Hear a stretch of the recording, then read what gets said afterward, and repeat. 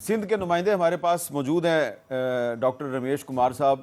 उनसे बात करते हैं। ये पाकिस्तान हिंदू कौंसिल के सरबराह भी हैं। तो डॉक्टर रमेश साहब ये बताएं कि जो महेंद्र पाल सिंह साहब कह रहे हैं, आप उससे इत्तेफाक करते हैं कि स्टेट तो इन्वॉल्व नहीं होती, लेकिन इसके बावजूद टॉलरेंस का लेवल कम है और गैर मुस्लिम पाकिस्तानी जो हैं वो ख़ासी हद तक अपने आप को गैर महफूज समझते हैं। देखिए, पहले तो हैप्पी क्रिसमस सबको।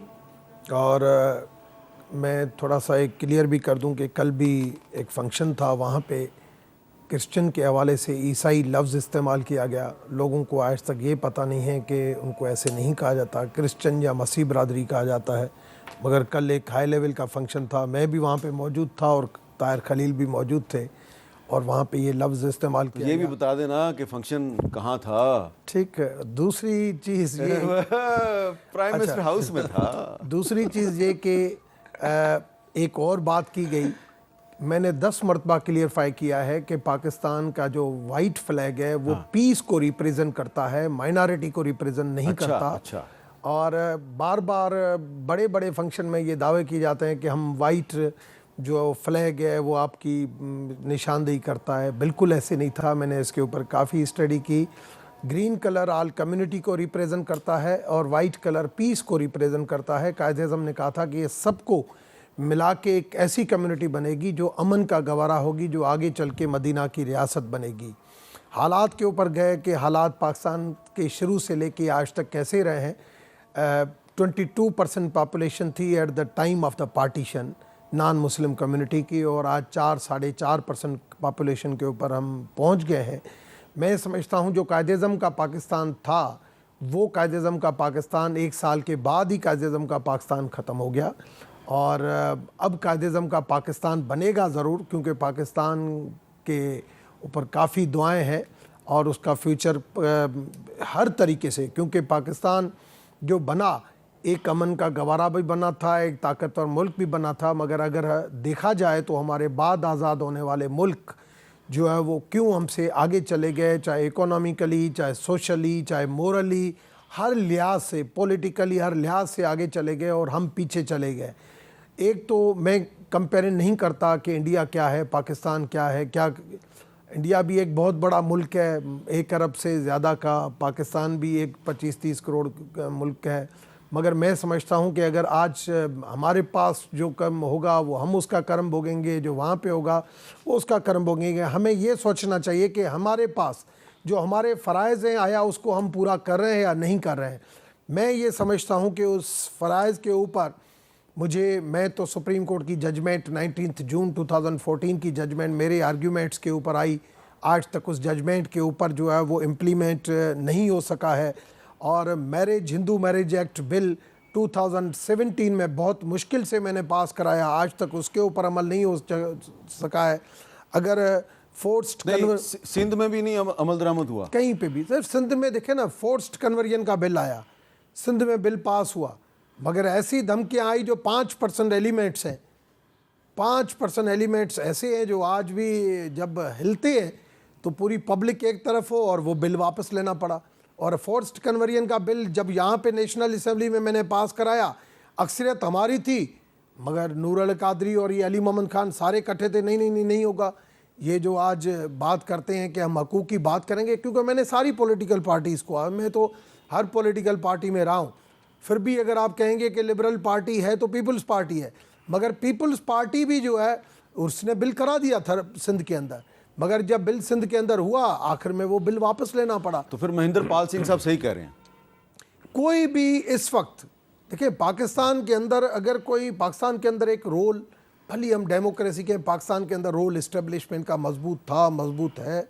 और इस वजह से अगर ऐसी चीज़ें कानून साजी करनी पड़ेगी तो उसके अंदर एस्टेब्लिशमेंट का रोल होना चाहिए। लेकिन इसमें हिंदू मैरिज बिल को रोकने में तो एस्टेब्लिशमेंट का कोई किरदार नहीं। जब उधर से आती है ना, फिर सारी पार्टियां इकट्ठी हो जाती हैं। इधर से मैं सिर्फ हिंदू बिल की आप क्या बात कर रहे हैं कि हिंदू मैरिज बिल या जो अकलीतों के हकूक को प्रोटेक्शन देने के लिए कानून साजी है, वो भी एस्टेब्लिशमेंट अगर उसके पीछे होगी तो हर बंदा अपने वोट बैंक के ऊपर जाता है, हर पॉलिटिकल पार्टी जाती है। फोर्स्ड कन्वर्जन का बिल, चाहे माइनॉरिटी की रिजर्व सीटों वाला जो ये जनरल इलेक्शन के ऊपर जाना था, कोई पॉलिटिकल पार्टी मैंने फिर भी पीपल्स पार्टी को देखा कि पीपल्स पार्टी एक जो आगे बढ़ती है इस चीज़ों में।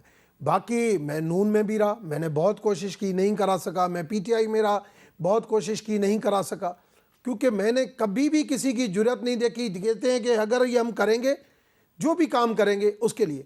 मेन सबसे बड़ी पता है इस वक्त क्या चीज़ है? मैं कल बैठा था, सेक्रेटरी को मैंने कहा कि मेड़ के मंदिर का क्या हुआ, जे उसके लिए हम कर रहे हैं। मैंने कहा आप एक मेहरबानी करेंगे कि 1222 मंदिर हैं और 588 गुरुद्वारे हैं।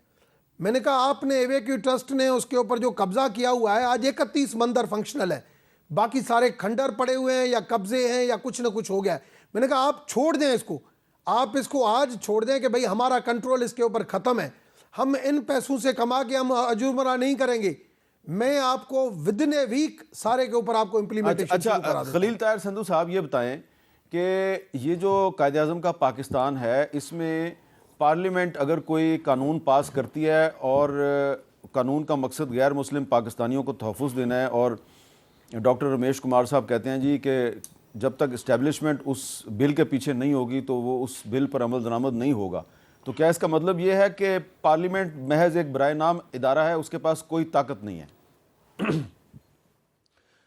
मैं बड़ी अदब के साथ उनसे इख्तलाफ करूँगा। मैंने महेंद्र भाई को पता है कि पंजाब में पहली दफ़ा पूरी वर्ल्ड में, इवन इंडिया में भी जो सिखों की शादियाँ थी, इनसे पूछ ले, वो हिंदुओं के साथ रजिस्टर्ड होती थी।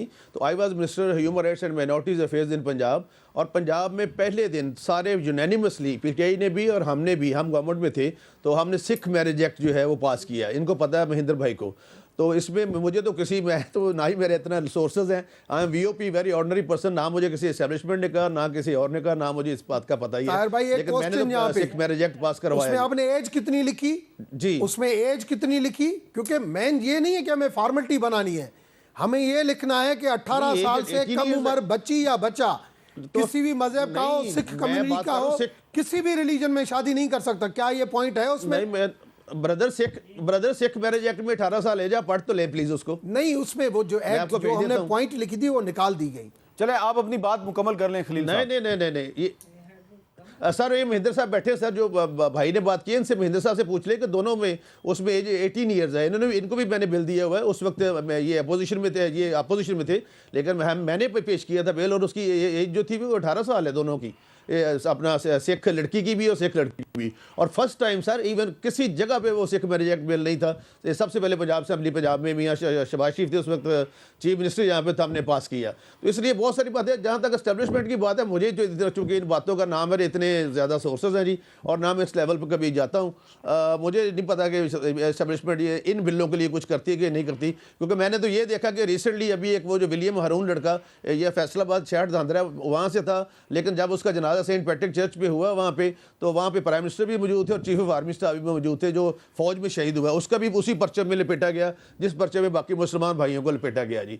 तो इसमें तो जो गोली अगर बाहर से आएगी तो वो तो किसी का सीना नहीं देखी, उसके लिए तो हम सब पाकिस्तानी हैं। और जिस तरह महेंद्र भाई ने बात की, हम पाकिस्तान बनने से पहले सर यहाँ पे मौजूद हैं, नाम ज़िम्मी है ना मफतू है, लेकिन हाँ बात ज़रूर है, इंजस्टिस ज़रूर होता है। एक बात की मैं बिल्कुल करता हूँ कि स्टेट को स्टैंड ज़रूर साथ लेना चाहिए, और ये तो नबी करीम सल्लल्लाहु अलैहि वसल्लम ने फरमाया था कि रोज़े क़यामत वाले दिन मैं भी मज़लूमों का वकील हूँगा। तो इसी हवाले को इन्हीं फुटप्रिंट्स पे चलते हुए स्टेट को भी इस जगह इस लेवल तक भी जाना होगा जी, डेफिनेट। अच्छा, महेंद्र पाल सिंह साहब, आप क्या समझते हैं कि पार्लियामेंट का जो किरदार है वो ठीक है, आप उससे मुतमिन हैं? देखिए, पार्लियामेंट का जो किरदार है वो बेचारी पार्लियामेंट खुद, आपने 26 तरमीम में देखा कि पार्लियामेंट का क्या किरदार था और किस तरीके से जो है पार्लियामेंटेरियंस को उठा के किस तरह से ज़बरदस्ती जो है वो ये अमेंडमेंट पास करवाई गई, और किस तरीके से पीटीआई के एमएनएस को उठाया जाता रहा। और वो मैं समझता हूँ कि यहाँ पे जब तक हकीकी जमहूरियत नहीं आएगी मुल्क में, तब तक ये चीज़ें ठीक नहीं हो सकती। मैं इस चीज़ को बहुत, देखिए, पहले एक वक्त होता था कि पाकिस्तान में जो है डबल वोट होता था, मिनॉरिटी का वोट जो है वो अलहदा अपने नुमाइंदे चुनते थे, जिसकी बात इन्होंने अभी रमेश कुमार वकवानी साहब ने भी की।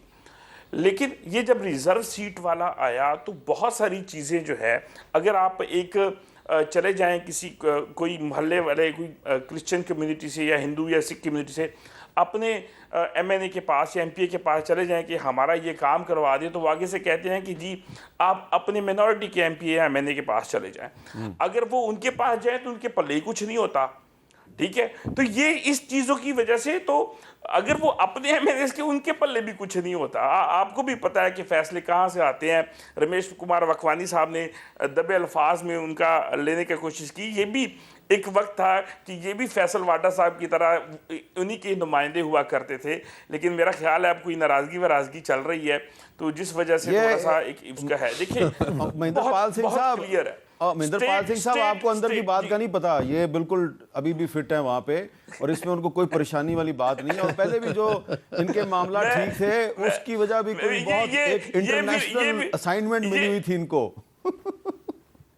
अच्छा ये सुने ना, मेरी गुजारिश नहीं, ये या फिर ये वो वाला रोल अदा कर रहे हैं कि मरियम नवाज और नवाज शरीफ एस्टेब्लिशमेंट के साथ फिट भी थे और बाजवा साहब का और फैज़ हमीद का जलसों में नाम ले लेके वो करते थे, और वो फिर पीटीआई को शायद इमरान खान साहब को दिखाते, ये देखो ये तो हमारा नाम भी ले रहे हैं, लेकिन अंदर खाते वो सारे फिट थे। तो सिंपल सी बात है कि ये एस्टेब्लिशमेंट और स्टेट अगर करना चाहे तो कायदे आज़म की उस 11 अगस्त वाली तकरीर को हूबहू इंप्लीमेंट करवा सकती है, लेकिन अब 11 अगस्त वाली तकरीर है क्या? बड़ी सिंपल है। मैं वो 11 अगस्त वाली तकरीर का जिक्र जो है वो किया है महेंद्रपाल। कायदे-ए-आज़म ने क्या कहा? आप आज़ाद हैं, आप आज़ाद हैं अपने मंदिरों में जाने के लिए, आप आज़ाद हैं अपनी मस्जिदों में जाने के लिए, और रियासत में अपनी किसी भी इबादतगाह में जाने के लिए आपका ताल्लुक़ किसी भी मज़हब, ज़ात या नस्ल से हो, रियासत का इससे कोई लेना देना नहीं।